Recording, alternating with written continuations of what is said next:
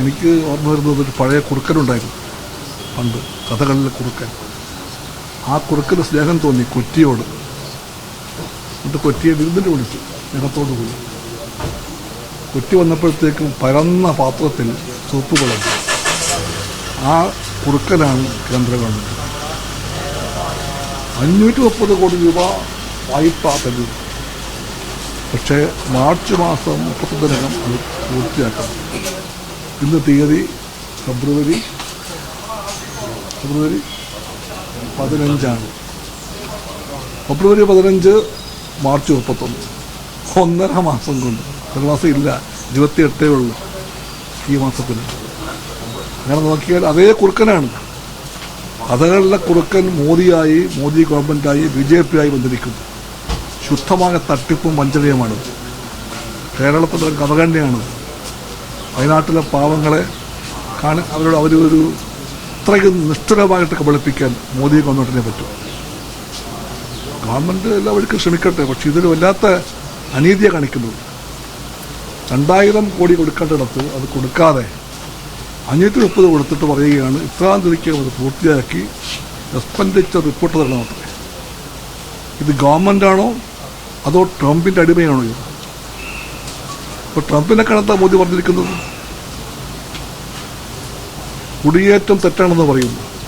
ആയിക്കോട്ടെ, ആസക്തിയാൻ പോകുന്നില്ല. പക്ഷേ കുടിയേറിയെത്തിയ, ജീവിക്കാൻ വേണ്ടി കുടിയേറി അവിടെ എത്തിയ മനുഷ്യരെ, ഇന്ത്യക്കാരെ ചങ്ങലക്കെട്ട് കയ്യാമം വെച്ച് കൊണ്ടുവന്ന കൊടും അനീതിയെപ്പറ്റി ഒരു വാക്കുപോലും പറയാൻ കഴിയാത്ത ഇന്ത്യൻ പ്രധാനമന്ത്രിയെപ്പറ്റി ഞാൻ പറയുന്നു, ഷെയിം ഓൺ ഹിം. നാണക്കേടാണ്, അപമാനമാണ് പ്രധാനമന്ത്രി. നാട്ടുകാരുടെ കയ്യിലും കാലിലും വിലകെട്ടപ്പോഴത്തേക്ക് ഒരു വാക്ക് പറയാൻ പറ്റാത്ത ആൾക്ക് എന്തിനാണ് 56 ഇഞ്ച് നെഞ്ചളവ്? എന്തിനാണത്? ഈ നീളമേറിയ നാക്കെന്തിനാണ്? കണ്ടുപഠിക്കട്ടെ ബ്രസീലിനെ, കണ്ടുപഠിക്കട്ടെ മെക്സിക്കോയെ, കണ്ടുപഠിക്കട്ടെ കൊളംബിയയെ. എല്ലാം കൊച്ചു രാജ്യങ്ങളാണ്. അവർ പക്ഷേ സ്വന്തം നാടിനെയും ജനങ്ങളെയും സ്നേഹിച്ചവരാണ്. സ്വകാര്യ കോളേജുകളുടെ കാര്യത്തിൽ CPI ചില ഭേദഗതികൾ മുന്നോട്ട് വെച്ചിരുന്നു. സർവകലാശാലകളുടെ അത് സർക്കാർ അംഗീകരിച്ചിട്ടുണ്ട്. CPIയുടെ മന്ത്രിമാർ പറഞ്ഞ പല ആശയങ്ങളെയും ഗവൺമെൻറ് അംഗീകരിച്ചിട്ടുണ്ട്. ഇന്നത്തെ സാഹചര്യത്തിൽ ഒരു ഫെഡറൽ സംവിധാനത്തിൽ ആ ഭരണഘടന നിലനിൽക്കെ ഒരു സംസ്ഥാനത്ത് മാത്രമായിട്ട് ഏറെ ചെയ്യാൻ പരിമിതികളേറെയുണ്ട്.